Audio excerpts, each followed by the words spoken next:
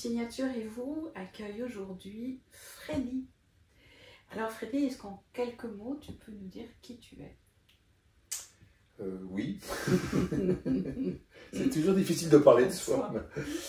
Donc je suis un chanteur passionné de musique et de spectacle en général depuis presque toujours. Depuis l'âge de 14 ans, j'ai démarré mes premières animations et je suis toujours autant passionné, mais le corps suit un tout petit peu moins, donc je fais un peu plus attention. Voilà. Mais tu continues malgré tout à faire des choses à l'étranger, j'ai cru comprendre. Oui, alors il y a deux grands domaines d'activité. Le premier, c'est le jeune public, parce que ça se passe bien avec les enfants. Ça a démarré grâce aux enfants, mon premier album. J'aurai peut-être l'occasion d'expliquer.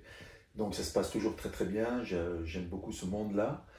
Donc je continue les spectacles jeune public. Et puis, depuis quelques années, je réalise des productions un peu plus larges, voire internationales. Et je me suis aperçu que sur un des projets qui s'appelle Welcome to Brighter Days, j'ai des artistes qui collaborent sur les 5 continents.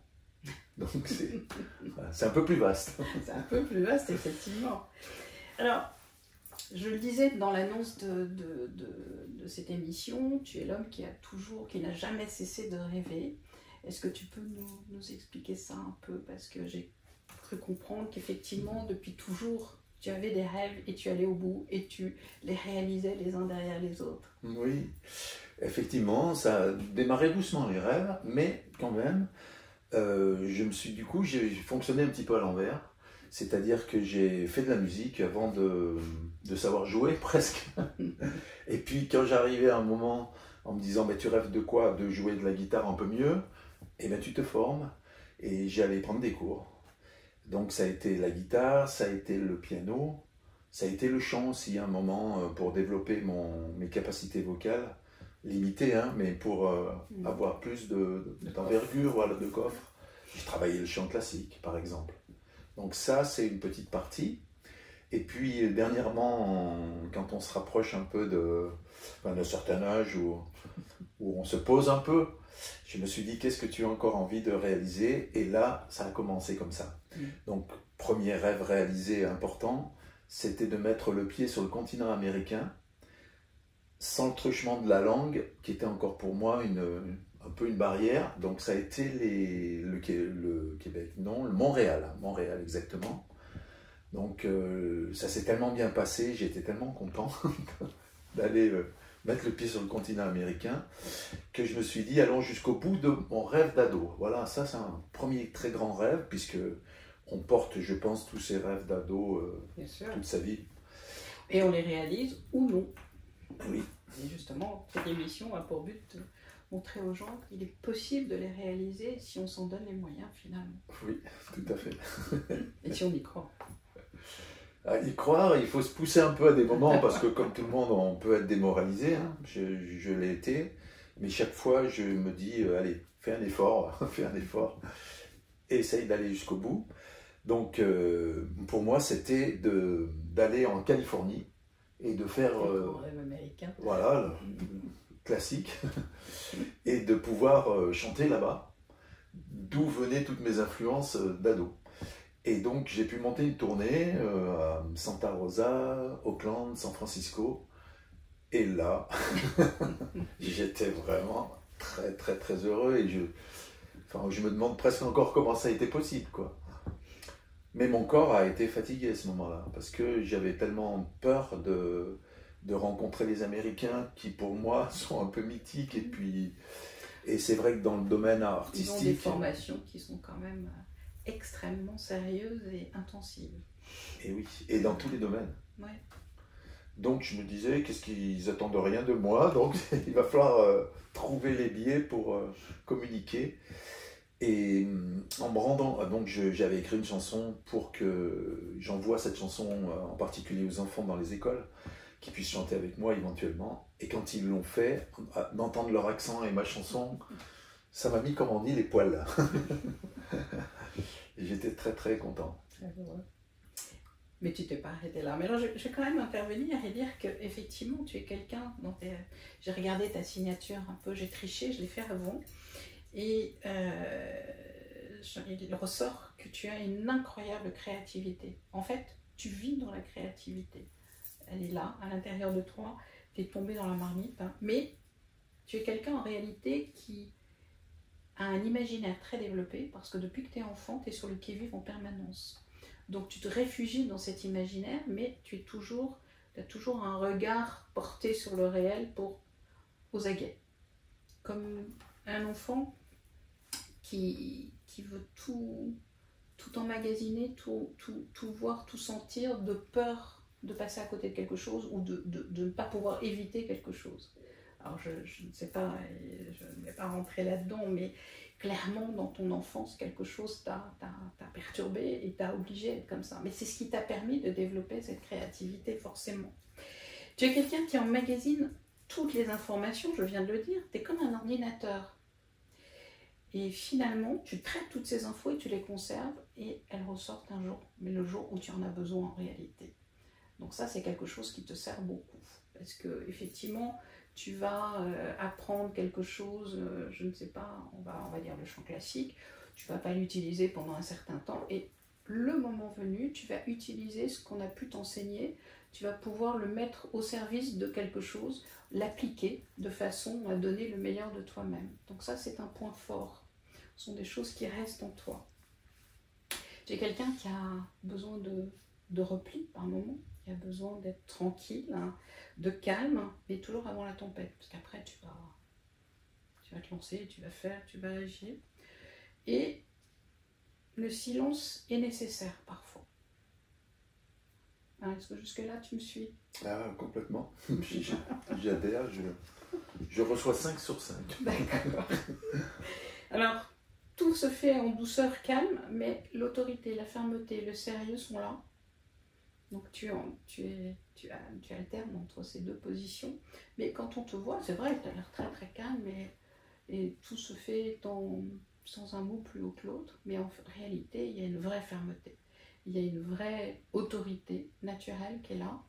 Mais c'était aussi pour te protéger vraisemblablement de quelque chose dans ton enfance. Hein. Et puis, ce que j'aimerais ajouter, c'est que tu n'exploites pas toutes tes compétences. Et les écrits sont importants. Et je crois qu'à un moment donné, il va falloir que tu regardes ça peut-être de plus près. Alors tu dis, mon corps ne suit pas, etc. Mais peut-être que là, il y aura quelque chose à faire. Et pour moi, ça te permettra de te sentir enfin sécurisé. Ça pourra pallier à ce sentiment d'insécurité qui finalement t'a suivi tout au long de ton existence. 3 ans, c'est un âge important où tu te sens lâché. 7 ans, même chose. 13 ans, un événement du même type hein, qui génère ce type d'émotion se reproduit. Donc, sentiment d'insécurité, sentiment de non terminé également, qui reste en suspens. Tu as besoin de sécuriser ton environnement, tes relations et ton rapport aux autres. Donc, préparation d'un spectacle, ça ne se fait pas comme ça. Il faut que tout soit bordé, prévu, organisé, qu'il y ait des bornes pour que tu puisses évoluer. Et c'est toi qui l'auras préparé, parce qu'au moins tu es certain que c'est bien fait. Tu pourras déléguer sur certaines choses, mais pas tout. Et puis, tu te sens toujours avoir le temps de tout.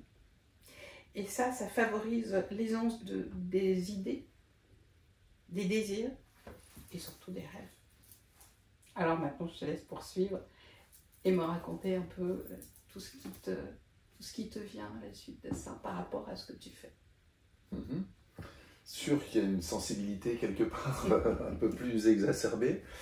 Et c'est aussi un moteur, comme je dis, même surtout dans la réalisation artistique. Oui. Il faut avoir un gros moteur. Et donc, le premier rêve a été la tournée en Californie. Ouais. Et puis après ce second grand rêve, c'est... Entre-temps, j'ai reçu une proposition pour aller passer 6 mois aux États-Unis, monter un projet. Mais j'ai refusé parce que c'était un peu trop long et j'étais très fatigué avant. Et c'est une période de ma vie où j'aurais pu le faire avant. Je me dis, j'aurais pu faire ça avant, mais plus maintenant. Donc j'avais un peu de temps et j'ai réfléchi et je me suis dit, je me suis jamais donné vraiment les moyens et puis l'envie. Et j'avais pas l'opportunité non plus parce que je travaillais, j'étais toujours le nez dans le guidon, comme on dit. Et donc j'ai écrit une chanson en me disant, je vais essayer de faire une belle production. Donc qu'est-ce que c'est qu'une belle production? J'ai écouté un peu les artistes qui en parlaient. Et un certain Michael qui donnait des conférences à l'UCLA de Californie disait, pour une grosse production, enfin une belle production, il faut trois conditions. La première, c'est texte-musique, mais texte-musique avec de la richesse. Il expliquait des harmonies, des contretemps. Seconde condition, c'est une interprétation sans faille. Et là, j'étais bien mal. Et puis la troisième, c'est un grand producteur, studio, musicien. Donc, comme j'avais envoyé ma chanson, que j'ai reçu des réponses, 5 réponses, je me disais, la première condition, ça peut passer, la chanson ne doit pas être mal puisque j'ai des réponses. La seconde, c'était l'interprétation sans faille, ouïouïouï.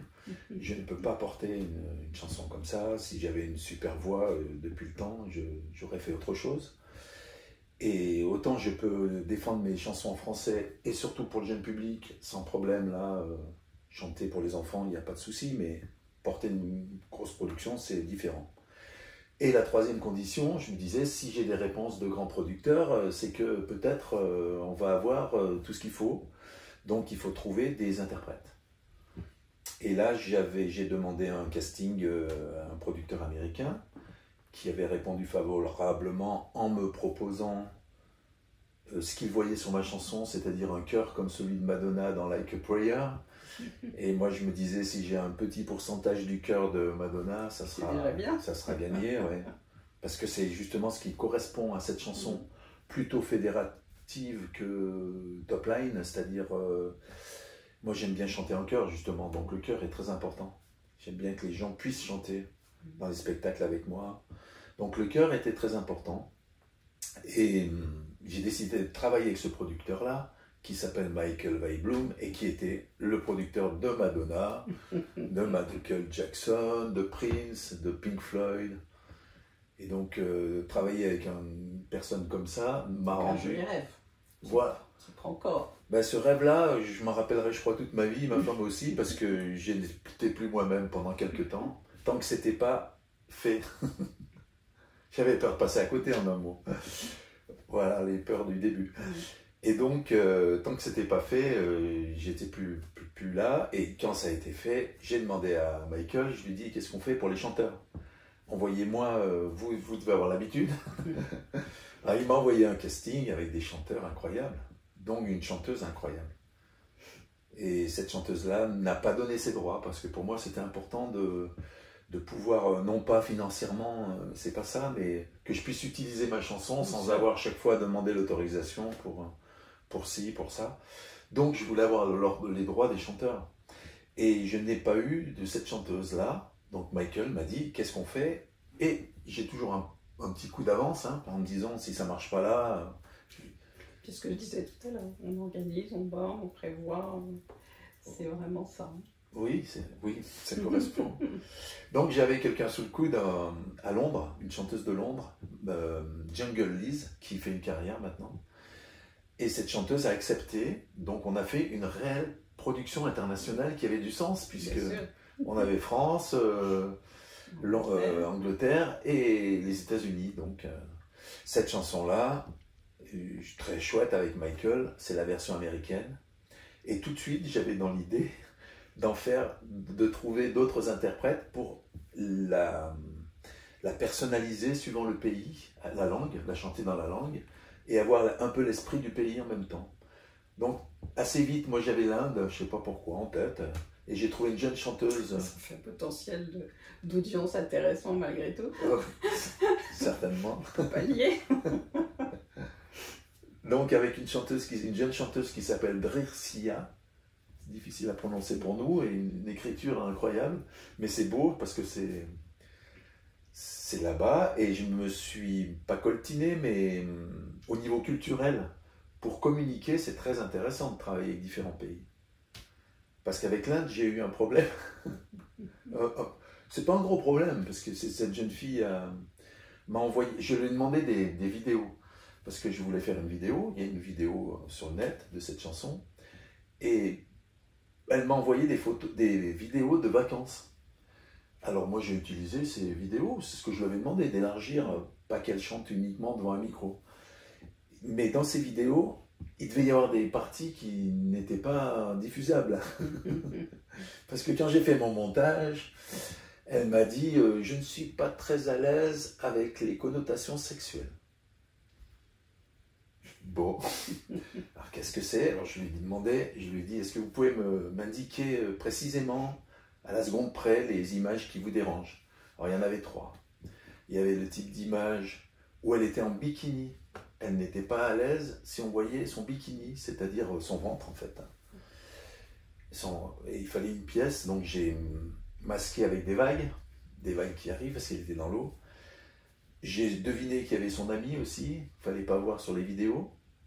Et puis troisième chose, c'était peut-être pour elle le plus important, et pour nous, Européens, j'avais mis en superposition à cette jeune fille une femme qui lui ressemblait et qui se passait la main en ombre chinoise dans les cheveux. Mais j'ai deviné que le signe de se passer la main dans les cheveux avait des connotations sexuelles en Inde, certainement. Donc voilà, nous avons réglé ça, et à partir de là, je lui ai dit, mon but c'est pas de vous mettre mal à l'aise, au contraire, donc dites-moi bien, j'ai refait le montage, et depuis on s'envoie des mots, tout s'est bien passé, mais voilà, je vous raconterai peut-être un autre problème, mais beaucoup plus important. Mais avant ça, si on reprend le fil, l'Inde, après il y a eu le Brésil. Et le Brésil formidable parce que c'est la bossa nova. Et la bossa nova, dans le casting que j'avais choisi une jeune femme, Camila Andrades, qui est tombée dans la bossa depuis toute petite. Et toutes les références qu'elle donnait me parlaient. Je me dis, elle est vraiment biberonnée à la bossa, avec sa bande de musiciens. Et du coup, on a une version très, très bossa, quoi, très Brésil. Et super, qui s'est très bien passée. Donc en fait, ce que tu nous expliques, c'est que rien ne t'arrête. J'ai eu une espèce de devise, parce qu'encore une fois, il faut se pousser pour aller jusqu'au bout. Il y a des moments, je suis comme tout le monde démoralisé. Et je me dis toujours, essaye le plus haut, ça mange pas de pain, comme on dit, et on peut toujours redescendre.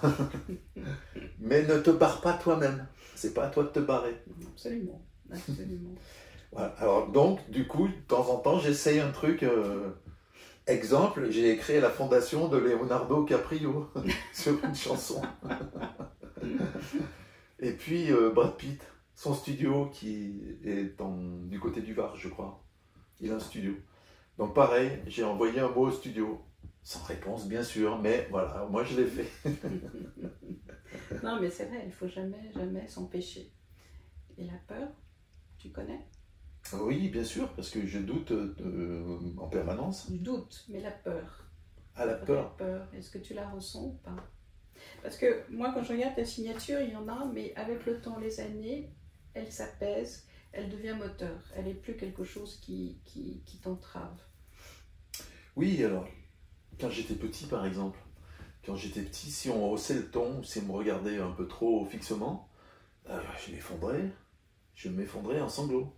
J'étais tout rouge et j'étais un enfant sensible, disaient les professeurs ou les instituteurs. Bon, à l'époque, on employait, ça frôle la sensiblerie, et c'était une connotation tellement négative pour les enfants.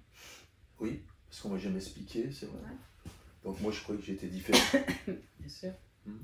Et cette peur, donc, aujourd'hui, elle ne t'entrave pas, elle ne t'empêche pas, elle est plutôt un moteur, et elle n'est plus aussi intense, je dirais. Exactement, parce que j'ai fait un peu de formation aussi, enfin, former les personnes au spectacle, et je leur disais cette formule justement, je leur racontais les peurs qu'avait Lenny Escudero, Jacques Brel, qui était malade avant d'entrer en scène, Ouais. qui vomissait. Hein. Et je leur disais, voilà, quand la peur est maladive, quand le trac est maladif, c'est un problème, c'est difficile à régler. Mais sinon, un trac qui se contrôle, c'est un sacré moteur pour être meilleur. Et c'est normal. Et c'est normal. Donc j'essaie de l'appliquer à moi-même. Par contre, j'ai parfois le ventre noué, après coup, sans m'en rendre compte. Après un spectacle, par exemple. Moi, c'est après. Mais là, c'est trop tard. Là, c'est pas grave. Voilà, c'est pas grave. Mais ça... Mais c'est simplement un mal de ventre. Hein. Et quelques exercices de respiration abdominale, voilà, détendre. Donc c'est gérable. Pour moi, gérable, maintenant, c'est gérable. Donc tu conseillerais aux jeunes aujourd'hui d'aller à fond, d'aller au bout de leurs rêves sans jamais craindre quoi que ce soit? Si, je pense qu'il faut être quand même un peu lucide, même, un petit peu. Parce que parfois, on est étonné de voir certaines personnes qui n'ont pas cette lucidité, disant, mais on va pas les barrer, ni rien, ni le ralentir, mais on peut toujours s'améliorer, hein, mais quand même, c'est pas assez, pas lucide. Je crois qu'il faut garder cet petit équilibre. Et quand on est jeune, on ne sait pas tout, évidemment, mais garder peut-être en tête... La lucidité, c'est lorsque quelqu'un s'oriente sur quelque chose et n'a pas le potentiel de le faire. Oui, ou croit que. Ou croit qu'il va arriver. Et je dis ça parce que je reçois beaucoup de propositions, enfin de propositions non, on me demande mon avis en fait. On me demande mon avis et parfois certains me disent que, enfin me disent, moi j'aimerais ne pas me faire piquer mes créations. Je leur dis mais avant qu'on vous pique vos créations, je crois qu'il ne faut pas avoir peur d'envoyer, de les mettre sur le net. Et même des personnes d'un certain âge hein, qui ont peur, alors qu'il en faut pour qu'on leur pique leur création. Il est vrai que dans certains domaines, comme le cinéma par exemple, il est parfois compliqué. Hein. On voit beaucoup de vols entre gens qui se connaissent, entre amis même. Donc on peut comprendre que cette légende se poursuive et fasse peur aux gens qui arrivent et qui se lancent. La légende, d'accord. Mais quand j'entends certaines créations, où c'est de briques et de broc, comme je dis, avec des petits bouts mis par-ci, par-là, et on n'a pas une intention, on n'a pas une direction, ça me paraît à côté, quoi. Ok, mais donc ce sont des gens qui, à ce moment-là, n'ont pas de talent. Certainement. Tout simplement. Oui. Mais je crois que quand on a un vrai rêve, c'est que, ou quelque part, au fond de soi, on a ce talent. Comme toi, par exemple.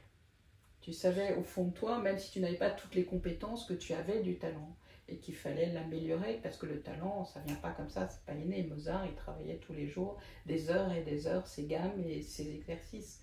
Donc c'est quelque chose qui se travaille et qui s'améliore. Et sinon, c'est pas un vrai rêve. Sinon, ce sont des gens qui ont des envies pour obtenir la reconnaissance et ça, c'est différent. Ah oui. C'est pas pareil. Tout à fait. Par contre, sur le talent, plus ça va, plus je me rends compte de l'étendue du travail qu'il y aurait à faire et presque plus complexe. J'ai écouté hier des auditions de conservatoire et je me dis, il y a des jeunes qui démarrent la première année, je suis incapable, moi, de jouer ce qu'ils jouent. Et ça fait toujours réfléchir. Je me dis... Oui, mais toi, tu t'es donné les moyens, tu es allé au bout et ça a marché, ça a fonctionné. Parce que je veux quand même dire une chose que nous n'avons pas évoquée là. À la base, c'est pas une reconversion, c'est une évolution, mais tu étais instituteur. Donc tu partais de loin et tu t'es donné vraiment les moyens d'arriver là où tu es aujourd'hui.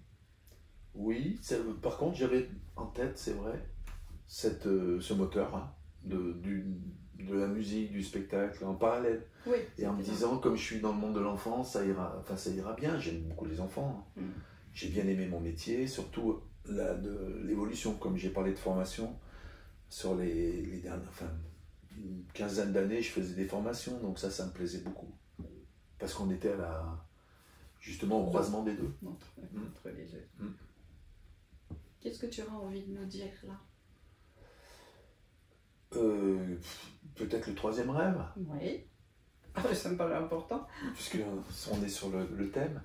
Alors le troisième rêve, c'était de trouver une maison de disques qui puisse promouvoir un peu ces belles réalisations, en particulier Welcome to Brighter Days. Donc j'ai pris contact avec des maisons de disques un peu partout, toujours pareil, en me disant ne te barre pas, Allons-y. allons-y. Donc j'ai reçu quelques propositions et puis des mots gentils. Pas tout le monde, mais ceux qui répondaient avaient en général des mots très gentils en disant c'est une chanson fédérative, exactement, qui donne la pêche. Ah oui, c'est peut-être une dimension de ce que je réalise. Souvent on me dit ça donne du punch, c'est positif. Et donc j'avais ce retour-là, mais c'est pas la musique que l'on vend. Donc il a fallu faire une petite formation. Ça ne fait pas partie de notre ligne éditrice. Voilà. Bah, si on s'arrête là, même certains plus grands romans, hein, vous en savez quelque chose, ne sortent jamais. Donc on continue et je me dis notre ligne éditoriale, pardon. Ouais. Et qu'est-ce qu'ils vendent? Donc qu'est-ce qu'ils souhaitent? Quel est le marché en fait? Donc une belle formation là, en me disant il n'y a que toi qui, pour l'instant, tu ne vas pas trouver quelqu'un comme ça, j'ai cherché, hein. Mais bon, j'étais bien placé, allez vas-y. Donc je fais l'effort là aussi de voir un peu, et on a de grands domaines, hein. On a 3 grands domaines. Le premier c'est le rap, actuellement ce qui est top line, ils en vendent, ça fait beaucoup d'argent, le rap américain, même ici on est bien placé près de Marseille. Après on a l'électro, et puis le troisième c'est la grande variété, le top line. Et donc je me suis dit, là-dedans où tu te situes, qu'est-ce que tu peux faire là-dedans? Et là aussi, je me suis remis dans mes premiers jets. Et mes premiers jets, moi j'étais passionné en fait de son. Je me suis aperçu en réfléchissant, puisqu'au départ, je n'avais même pas d'instrument. Je ne suis pas dans une famille de musiciens. J'étais vraiment tout seul. J'étais vraiment tout seul. Et j'ai pu trouver, je crois que c'est une cousine qui m'avait offert son magnétophone à bande. Et j'ai commencé des bidouilles d'émissions de radio, des petits montages comme ça, plein de petites bidouilles. Et je suis allé jusqu'à monter les bandes magnétiques assez vite. Et donc c'est le son qui me plaisait bien. Et quand on relit l'histoire de l'électro, c'est parti du groupe de recherche de l'ORTF, l'ancienne ORTF, et avec le bidouillage des bandes magnétiques. Et je me suis dit, retrouvons cet élan. Donc j'ai composé 2 chansons, j'ai mis ma patte mélodique puisque je sais faire les chansons et j'aime ça. Et voilà, petite patte, que j'envoie 2 chansons à des maisons pour voir ce qu'il en était. Et là, au bout d'1 heure, il faut quelques heures, hein, c'était un dimanche matin, je me rappelle à 7h32 quand j'ai envoyé, et à 10h38 j'avais une réponse d'un directeur de maison qui me mettait I love your music et I want to sign you. Donc, j'aime votre musique et je veux vous signer. Je veux vous signer, exactement. Et j'en croyais pas mes yeux en disant, mais des fois, parfois, on galère des années pour trouver une maison et là, en quelques minutes, en trouvant le bon créneau, hop, signé. Donc j'ai un Dutch label, Xing Records, qui a signé 2 titres électro. D'accord. C'est presque un gag pour moi, mais bon. Mais pour aller plus loin, voilà, le troisième rêve, c'était plus fort que ça. Moi, c'était de trouver une maison de disques aux États-Unis, en particulier à Los Angeles. Et j'avais dans la tête une maison qui s'appelle Cleopatra Records. Et le PDG, je le connaissais comme artiste, c'est Brian Pereira.